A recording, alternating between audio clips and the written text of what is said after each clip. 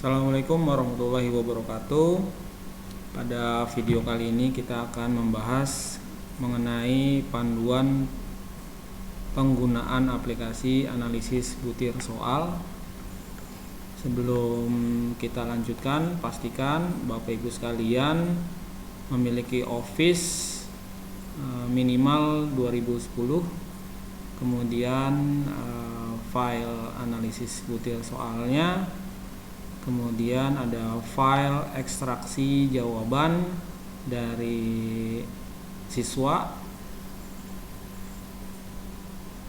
baik PG maupun esainya ya kalau ada. Baik, pertama kita buka aplikasinya.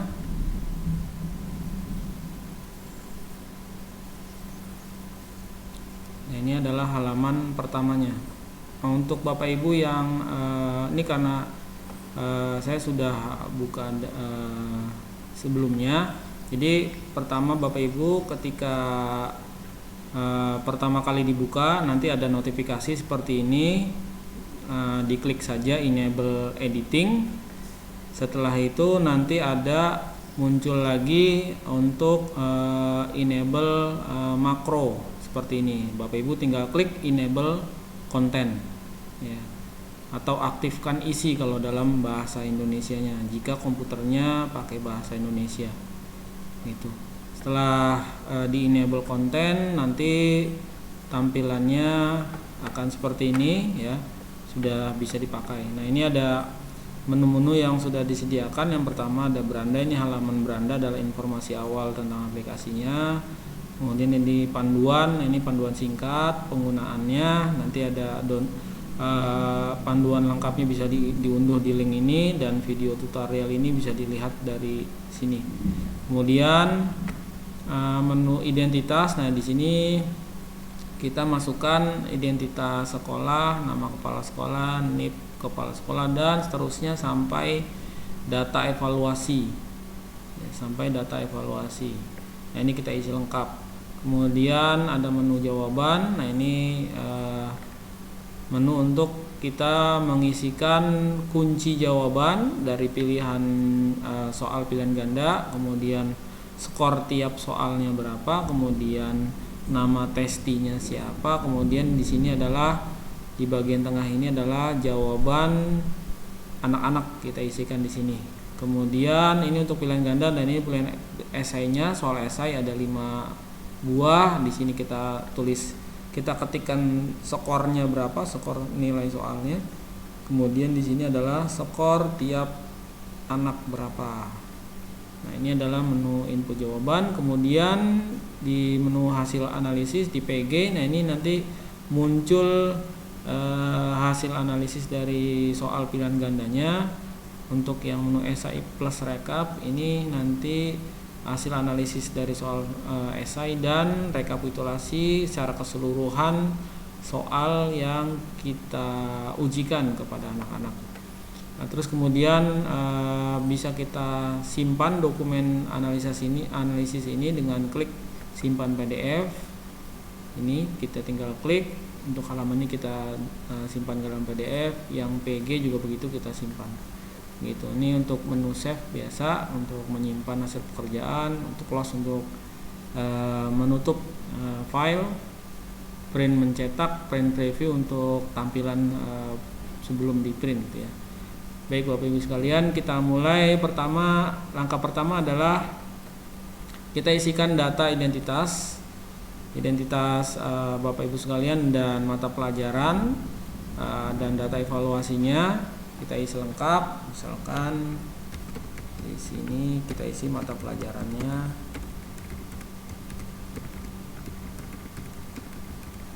Oke, kemudian kelas sampelnya 12 TAP, KKM-nya contoh aja ya 75.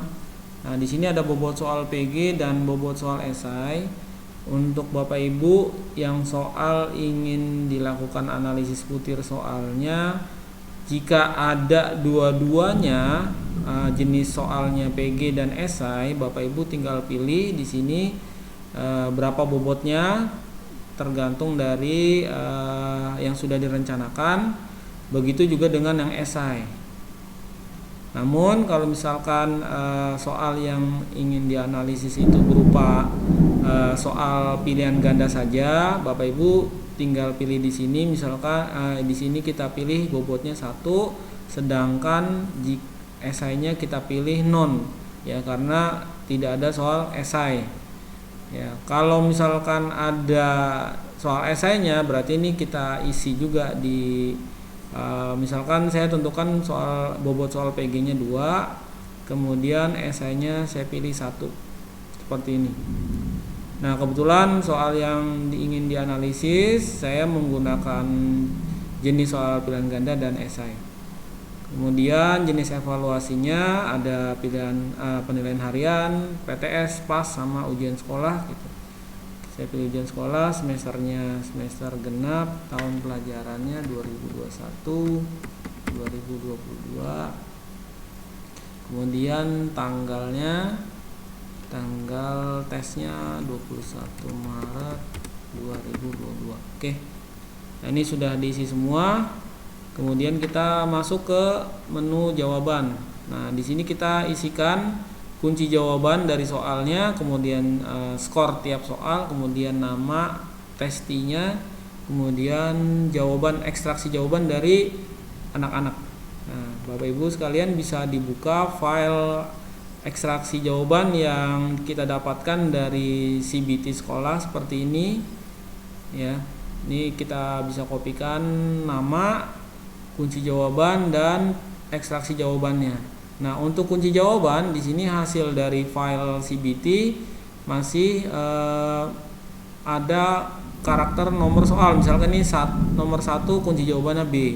Nah, sedangkan untuk di file analisis yang akan kita masukkan ini hanya kita masukkan opsinya saja, ABCD-nya saja, gitu ya, tanpa ada nomor soalnya. Jadi ini pertama kita modifikasi dulu, kita ambil kunci jawabannya pakai rumus right. Kita ambil karakter yang di sebelah kanannya dari sini sebanyak 1, kemudian enter. Nah, ini ngambil karakter. Nah, ini B kuncinya.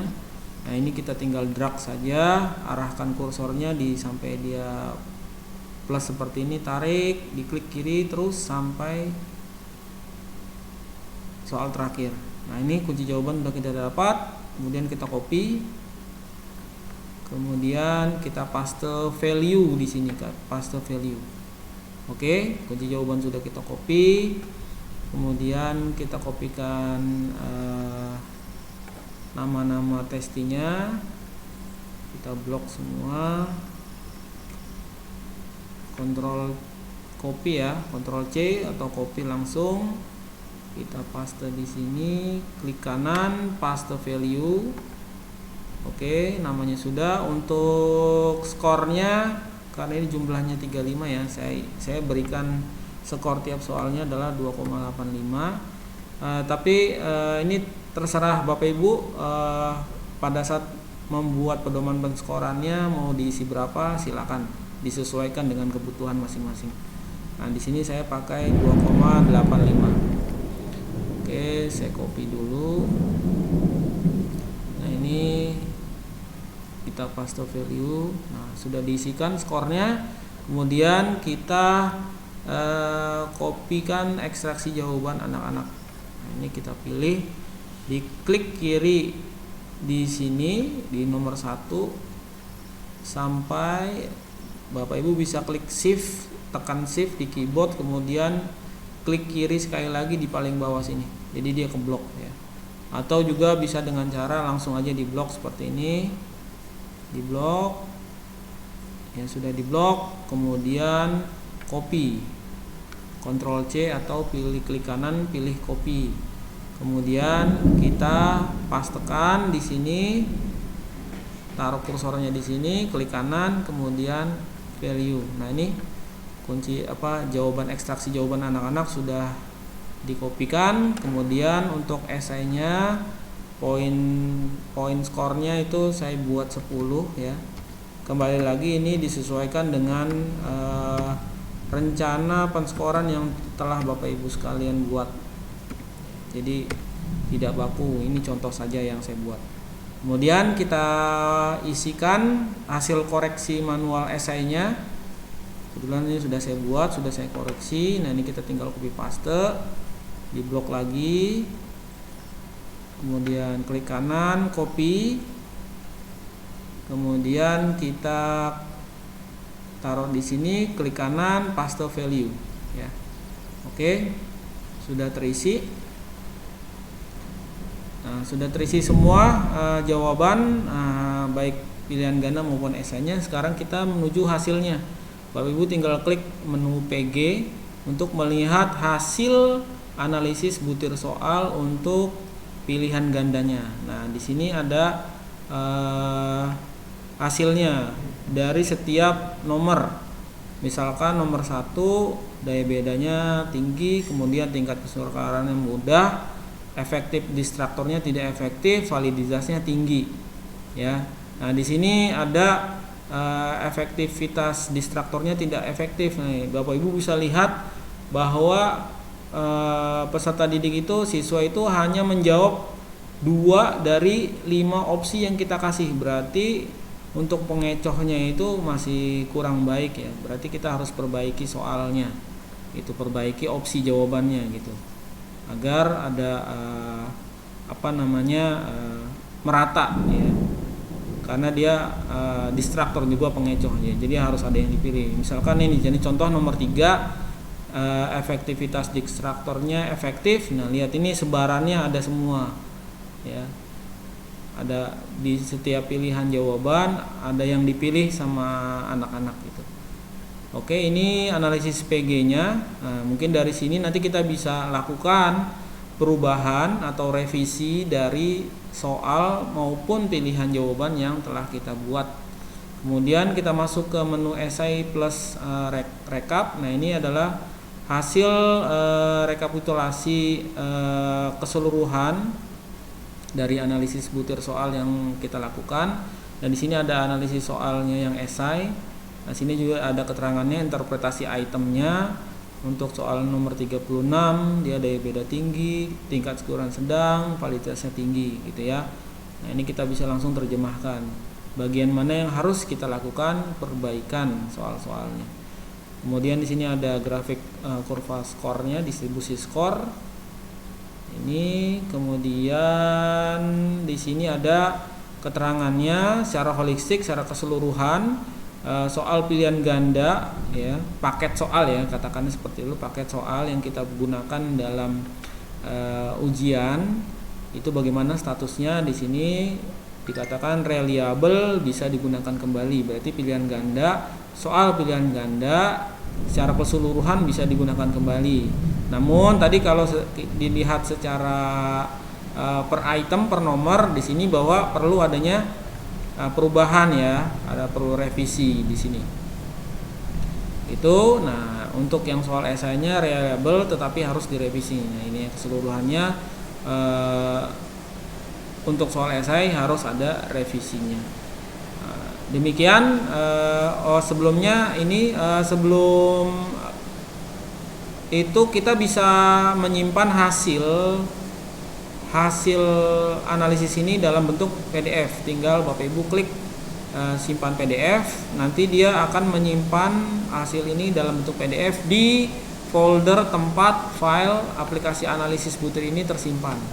Begitu juga yang pilihan ganda, ini kita simpan PDF. Nah, kebetulan kita lihat ini ada atau tidak, saya lihat di desktop. Nah, ini file hasil